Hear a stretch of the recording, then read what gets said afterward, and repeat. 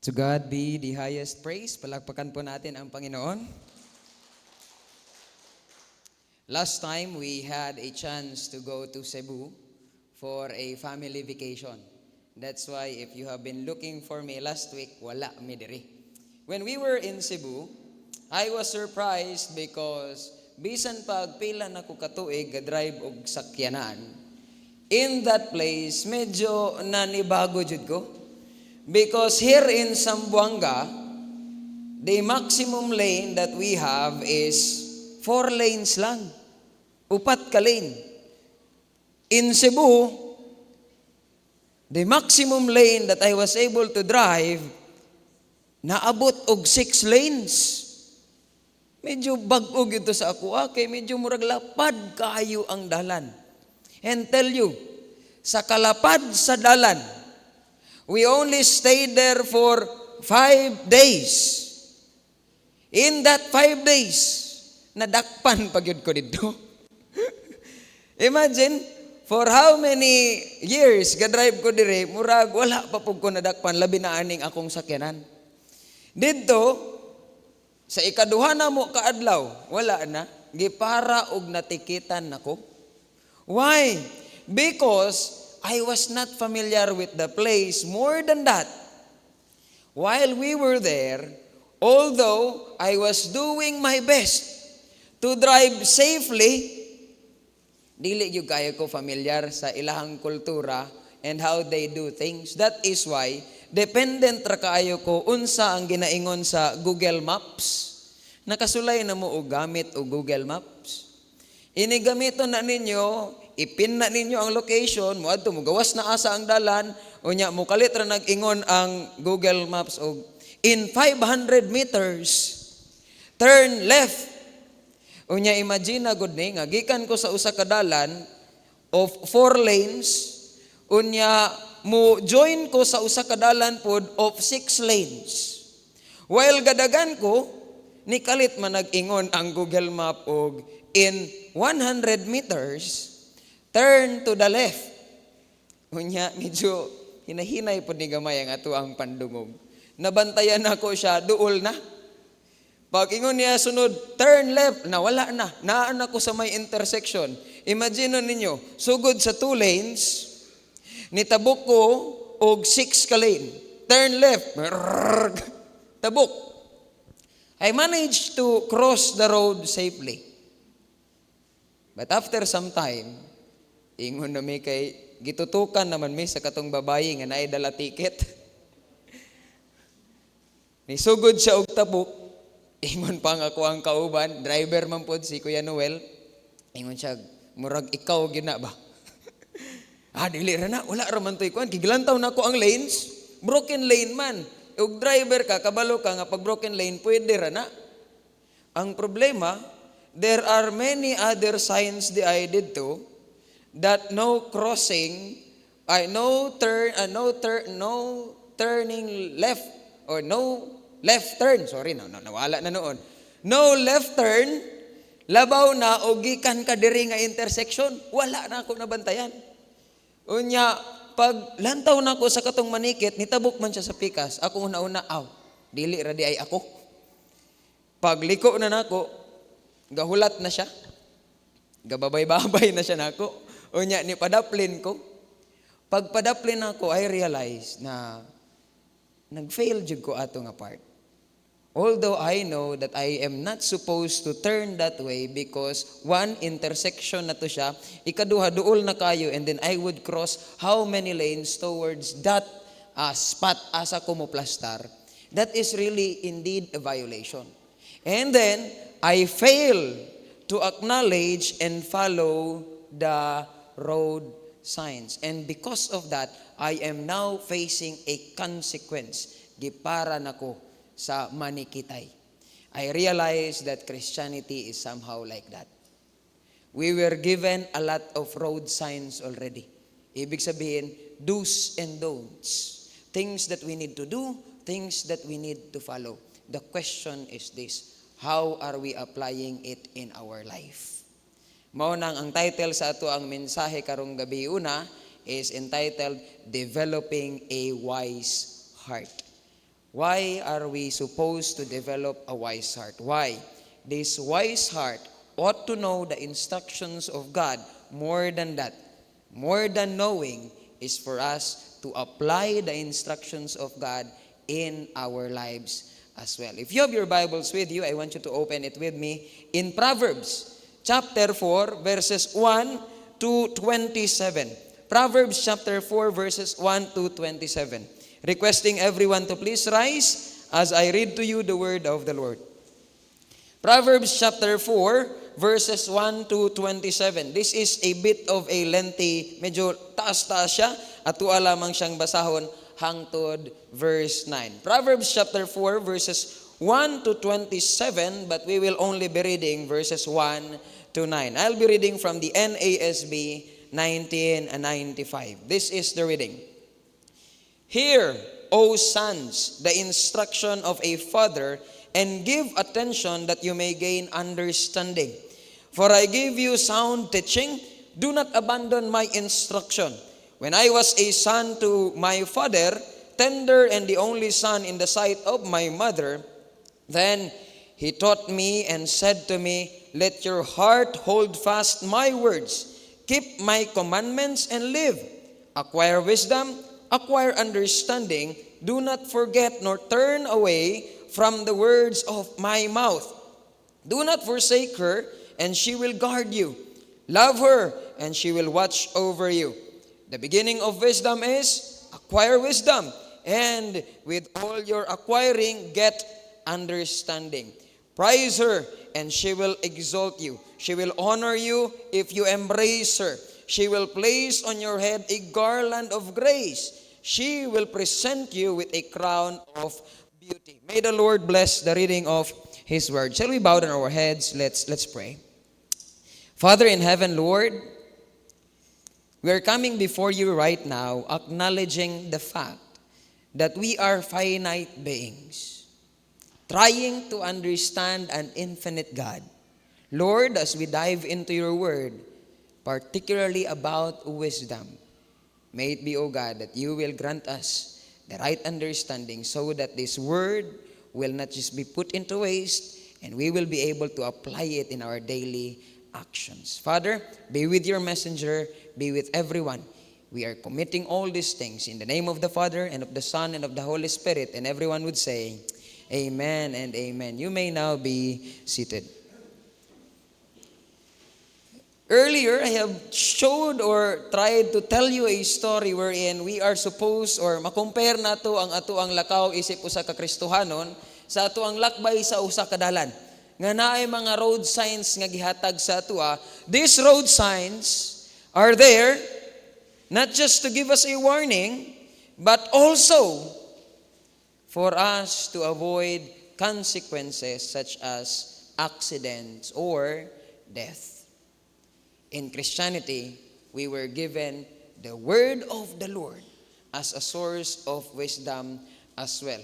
If we are to take a look at the book of Proverbs, this is actually written by the wisest man who have ever lived.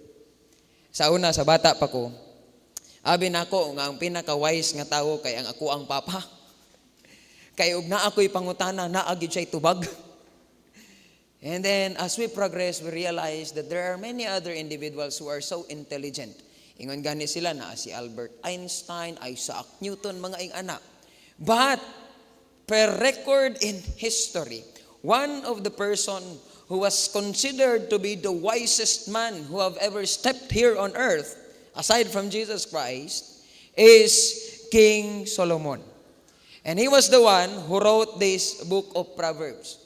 If atuang lantawon ang Proverbs chapter 4, nagsugod ni siya sa idea of acknowledging or calling, gitawag niya ang mga naminaw or makadawat ani nga sulat as sons.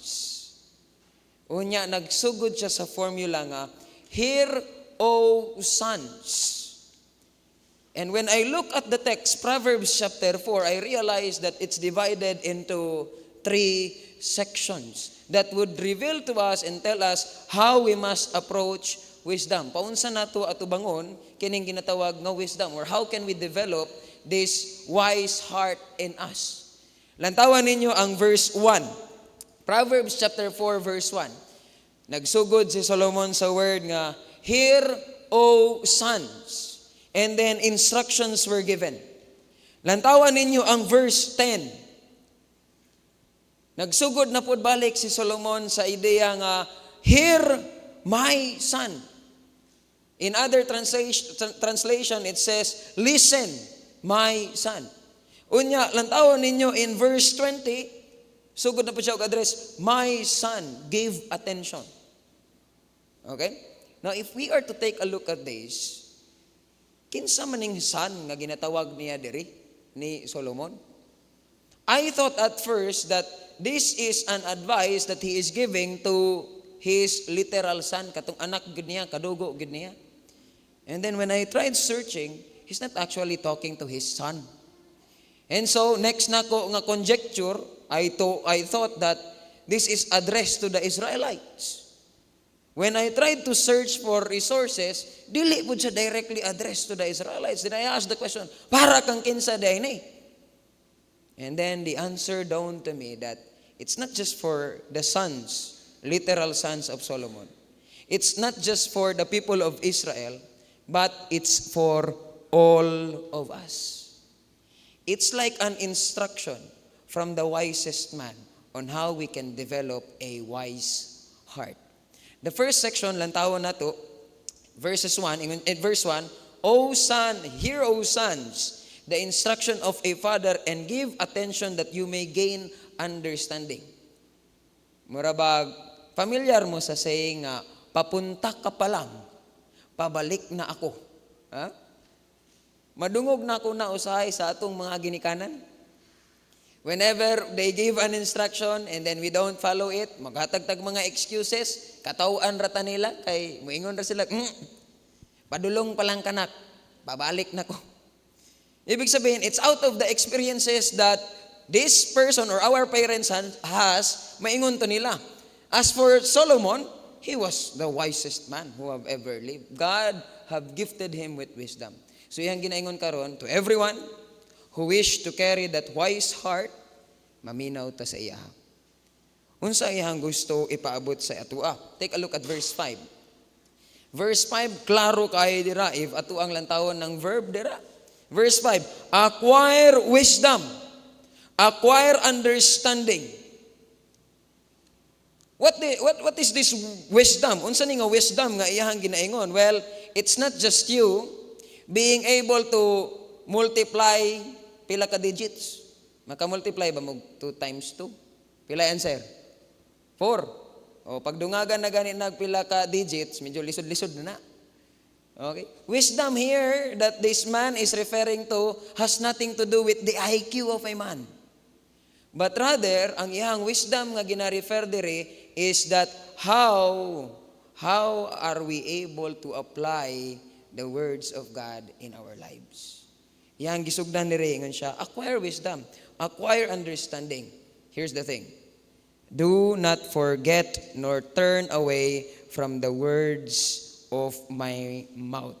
If atuan ning lantawon, aning a first section, in this revelation, verses 5, he's instructing people to really acquire this wisdom that comes from God. And then lantawon nato nganong kinahanglan man nga naatay wisdom or i-acquire nato ning wisdom nga gikan sa Ginoo. The benefits were like given to all of us as well. Take a look at verse 6. Verse 6. Ingon siya, do not forsake wisdom. She will guard you. Love her and she will watch over you.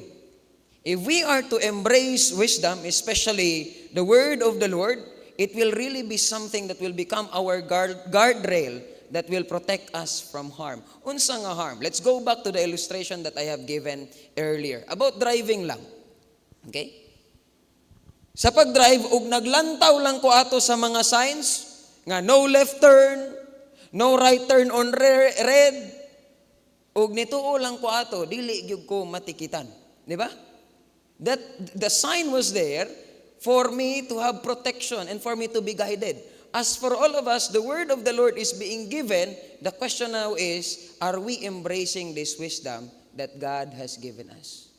Atua ba kining gina-apply sa atuang mga kaugalingon? Ngano di ay unsa ang mga benefit ani? Lantaw na to. Praise her and she will exalt you. She will honor you if you will embrace her. Ngano di ay? If we will also not embrace wisdom and follow wisdom in Christianity, we will be put to shame as well. Ngano man? Have you ever felt guilty or ashamed katabi tang naamoy na buhat nga dili maayo? Di ba? Guilty kita. Ashamed. But if you know that you are following the instructions of God, proud ra kayo ka na.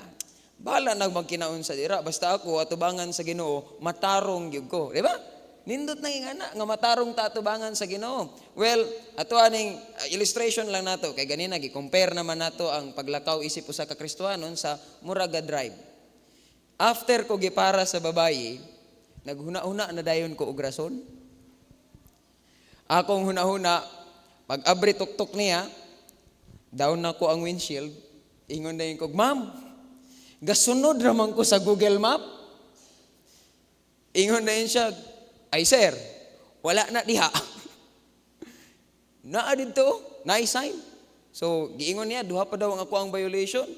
Akong sunod nga ginahuna-huna, ingnon ka na ako, no, nga dili ko taga diri. Sige ko, "Ma'am, dili man gud mi taga diri, taga Sambuanga man gud mi." Na siya. "Sir, lisensya sir." And then, while she was asking my license, I felt ashamed. Why? Because when I said nga, dili man gud mi taga diri, taga Sambuanga man gud, it dawned to me nga, ngano di ay, sa Sambuanga di ay, dili mo ga-follow og rule. In Christianity, we become ashamed sometimes if, or most of the time, we feel guilty if we are not following and embracing the wisdom that comes from the Lord. Lantawon na to, verse 7. Why? Because this wisdom is like a wealth. The beginning of wisdom is acquire wisdom. And with all your acquiring, get understanding. We are supposed to embrace the wisdom that comes from the Lord. Unya, dili lang di ay i-embrace. We are supposed to embody wisdom as well. Dapat makita sa atuang kinabuhi. Take a look at verse 10. In verse 10, it says there, "Hear, my son, and accept my sayings, in the years of your life will be many." Now, lantaw na to ning word dire nga hear balik. "Hear my son and accept my sayings." Ibig sabihin, we are not just to know the instructions of God over our life. These instructions of God nga ato ang nadawat must be embodied as well. Ibig sabihin, ato siyang ikinabuhi. Lantaw na to. Take a look at verse 13.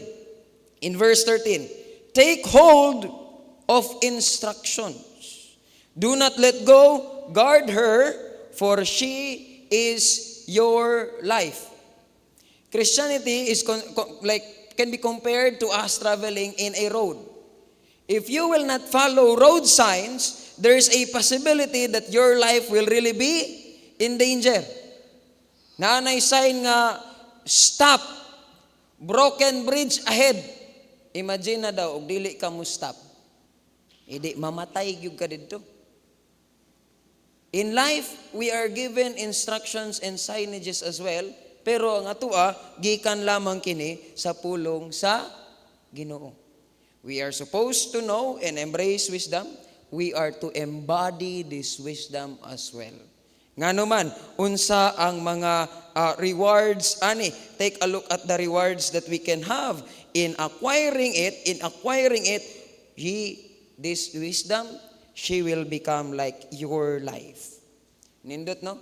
Because if we are to acquire wisdom, na reward. Ang kasagaran sa mga tao, after magyud ana. Ngano di ay unsa man na para nako? Ay naa kay madawat. Nindot kay na mga ingana. But we are to be reminded as well of the negative impact if we will not apply the Lord's wisdom in our lives. Unsa pod ang negative implication ani? Take a look at verse 14.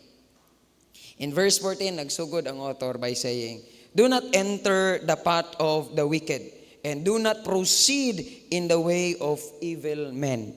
Verse 15, "Avoid it, do not pass by it, turn away from it, and pass on." Verse 14 to 17 and verse 19, if inyuhan ng lantawon, the author, Solomon, is just pointing out the contrast of acquiring wisdom and embracing it. If dili nimo i-embrace ang wisdom nga gikan sa Ginoo, there's a possibility that you will really practice unrighteousness and wickedness. Duha ra gyud na. If you will not embrace the Lord's wisdom, if you will not embody the Lord's wisdom, duha ra ang imong padulngan. Practice righteousness, or you are developing a wicked heart. Take a look at verse 18. I-contrast na po niya. If you are to embrace and embody wisdom, the path of righteousness is like light of dawn that shines brighter and brighter until full day. If you are to embrace and embody the Lord's wisdom, gibalik niya ang idea of having that positive outcome in your life that is full of blessing, living righteously, opposed to neglecting wisdom that would lead us to wickedness. Dayon, niadto na dayon siya sa sunod niya nga instruction, which is last. So good na po siya. Take a look at verse 20. "My son, give attention to my words, incline your ear to me." Unsa na pod ang iyang gusto ipaabot sa atua diri? Take a look at verse 22. Verse 22. "For they are life to those who find them, and health to all their body." Verse 23. "Watch over your heart with all diligence, for from it flow the spring of life." It was explained already the previous week, and most probably ni Pastor Bombi as well, that the heart, ang role sa heart is unsa man? It's just to pump blood. Tama? Sa i-role sa imong kasing-kasing, gapump naman na og blood. But in the old times, when they use the word heart, they are not referring to the heart that pumps blood. When this writer, Solomon, used the word heart, he's actually referring to the innermost being of a man. Ibig sabihin, ang imuhang tibuok nga kinabuhi. So he was like saying, "My son, if ikaw," in verse 23, "if you will watch over your heart, ang imuhang tibuok pagkatawo, imuhang bantayan with diligence." Unsa nang diligence? Kanang naagyo kay kakugi sa pagbantay sa imuhang kaugalingon, kung gina-embrace pa ba nimo ang wisdom ni Lord o gina-embody pa ba nimo ni? You are doing it with diligence, surely you will be able to develop that wise heart. Nganong with diligence man? Ngano man? Because we are supposed to check our hearts always. When we say heart, ako ang balikon, it's our whole being. Am I still following the instructions or commandments of God or not? Dili katong pag communion Sunday na. Kay moingon naman dayon ang pastor nga, "This is our time to search our hearts, that we may be worthy to receive the elements." Sorry Lord sa akong mga sala. Pero pag abot sa Lunes, tuwa na po, dili maayong istorya, dili maayong binuhatan, pagkamaro-maro. Unsa ang ginaingon niya diri? It's for us to not just embrace wisdom, to not just embody wisdom, it's for us to also endure life. Magpadayon sa ato ang kinabuhi, carrying and bringing the Lord's wisdom with us. Take a look at verse 23. Lantawon nato ng balik. In verse 23, giingon dira, "For from it flow the springs of life." When the author used the word springs of life, it's like a concept. Konsepto ni siya that shows a meaningful and well lived life. Unsa nang meaning ana? Katubitaong as you wake up in the morning, bisag dili ka dato, wala kay milyon sa bangko, pero you will be able to say, thank you, Lord, for this wonderful morning. Thank you, Lord, for this life. Dili ka tong pagkunin, bag! Saan naman yun yung kinabuhi Diba? Living, embracing, and embodying the Lord's wisdom means that, Lord, in this life, may you be glorified. Sa panahon sa matukika na ka, still glorify the Lord. Embody the wisdom of the Lord. Paunsa ni nato mahimo? Ganina sa ato ang gikanta. Sa katong second song ganina, sa ngalan, medyo wala na ako naigo. Sa ngalan mo may, ano to? Kanay. Sa ngalan mo may kaluwasan. Sa ngalan mo may kabag-uhan. Hindot no? Sa ngalan mo may kadaugan. Ganina kay sa ngalan mo may kaluwasan. Grabe yun, kaluwasan yun. Paguman, narabot, saan naman yung kinabuhi maot man kayo. Gina-embody ba yun nato ang declaration o pagsabot nato diya sa Ginoo? Do you believe that God is able to forgive? Amen. We believe that. Pero why is it that sometimes we are clouded with shame and with guilt? Sa ngalan mo may kabag-uhan. You believe that, right? In the name of Jesus, change really happens. A renewed life really happens. Tama? Amen. That's the wisdom from God. That He changes life regardless of what kind of life that person will have lived. Or ikaw, imong kinabuhi, kaya po na niya baguhon. Amen? Amen. Paggawa sa balay, nakita ng kontra, kanadili, nagyud na siya magbago. Wala na gi-embody ang wisdom ni Lord. Di ba? You believe that God is able to change and transform individuals? Amen? Then, you are not just supposed to embrace it. You are supposed to embody it as well. More than that, endure life with it. Katubitang bisag lami na kayo kumuton ng iyang nawong. Makaingon gihapon ka nga, sige lang, the Lord is at work. Mubag-o ra gyud ang Ginoo og kinabuhi. Wa lang pa ni siya nabag-o. Ano bitaw? That's embodying, carrying the wisdom of God with us. Sa ngalan mo kay may kadaugan. Do you believe that the Lord provides? Amen. Do you believe that the Lord heals? Amen. Pero pag abot na sa problema, we feel worried. Yeah. We believe man ka that the Lord provides. Amen. Ingon gani, while we were on our way to Ipil, sa amuang ministry, kauban ako si Pastor Richard, ingon siya, Pastor Sherwin, nato'y panahon nga, nagproblema gud mi, ako lang giingnan ang ako ang asawa nga, the Lord will provide. Kunya karon na daw sila inindot nga balay ginapahimo. Na-realize lang daw niya sa uban ba nga Kristohanon. Kusog kayo ta pag naa sa simbahan nga, the Lord provides, amen, the Lord heals. Pero pag abot na daw sa panahon nga matukika na ta, malimtan na daw tong Ginoo nga mo provide.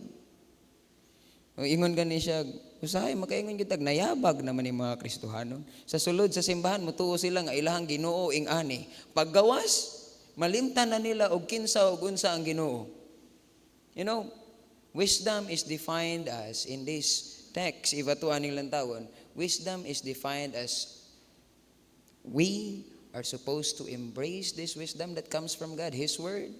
We are supposed to embody the wisdom that comes from Him. More than that, we are supposed to endure life carrying that wisdom. Wisdom or a wise heart embraces, embodies, and endures life daily with God's wisdom.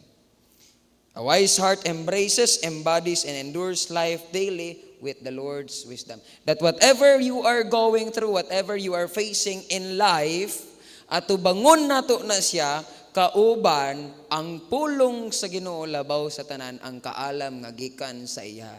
Ibig sabihin, we are responding to every situation, every people, every event in our life carrying the Lord's wisdom, trusting on what He is able to do, what He has done, and what He will be doing over your life. That's wisdom. It is important for us to embrace that wisdom, embody it, and endure life carrying that wisdom.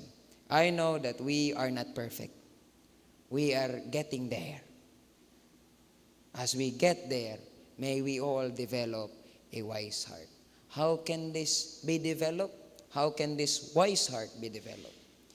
It will be developed if we will begin to embrace the wisdom that comes from God, to embrace the instructions, commandments, and statutes that He wants us to follow. We are supposed to embody it. Makita dapat na sa ato ang kinabuhi as we talk to people, as we approach situation, and we must endure life with it. An illustration that I can give you is the life of Pastor Daryl Aquino. Are you familiar with him? The senior pastor of Tugbungan Alliance Evangelical Church. On our way home from Ipil, we received a news that Pastor Daryl Aquino was hospitalized. Why? Because he was found unconscious. Kaya nakorintihan siya. When we arrived at the hospital, medyo kuan gyud siya, daghan kayo mga wire, kay dako kaihang sunog, nakorintihan siya. He was fixing a pump. Unya, basa siya, basa ang floor. Out of the, sa iyang experience, nakorintihan siya. Dili niya ma-off. Ingon siya, well, nakorintihan siya, naglock na ang iyang mga veins, nagsugod na siya kasunog. Unya, sa iyang huna-huna, active iyang brain, ako ang pagngon. Dili na niya makaya. Ang next niya nga nahuna-unahan kay duulo niya ug ibton niya ang nakasaksak nga pump. Dili na pud siya kalihok. And then it dawned to him and said, Lord, mao na gid ni. Kuhaon na gid ko nimo. Ug wala kay buhaton, Lord, mamatay na ko. Confess na nako sa imo ang tanan, pero mamatay kong malipayon. Imagine ka. In that moment, wala siya, Lord, ganong nahitabo mo ni na ako, wala. He was like, Lord, mamatay na ko. Murag, ato lang ba? Lord, mamatay na gyud ko ani. Dawatan na lang ko diha. Imagine ka. What kind of faith this person has? And then he collapsed. He woke up. He was brought to the hospital. Ang iyang first question, kinsa ang nag-ibot sa plug? Ingon ang nagdala siya sa hospital, wala man pas. Nakaibot naman to daan. The response that he has is that, praise the Lord. While we were talking there, grabe na, ka-critical, pero gakinataw-anay pa sila. Ingon pa si Pastor Richard, grabe gyud ka brad, isog gyud kayo ka. The Lord have preserved your life. Pero wala na, sunog na yang diri, nang buto na yang diri. Imagine ka, how they are facing life instead of questioning the workings of God. Nga, faithful man ka brad, nga nung nahitabo na nimo. Wala, daily. Why? Because they are carrying the wisdom of God with them. That the Lord is able to heal, and the Lord is in control of all things, right? Regardless of what situation, we are supposed to glorify Him. That's wisdom. It will only be developed. It will only be developed if we will start to embrace the Lord's truth. We will start to embody His instruction and endure life carrying the Lord's wisdom. I hope and I pray that we will start to develop this wise heart in us. To God be the highest praise. Good evening, everyone.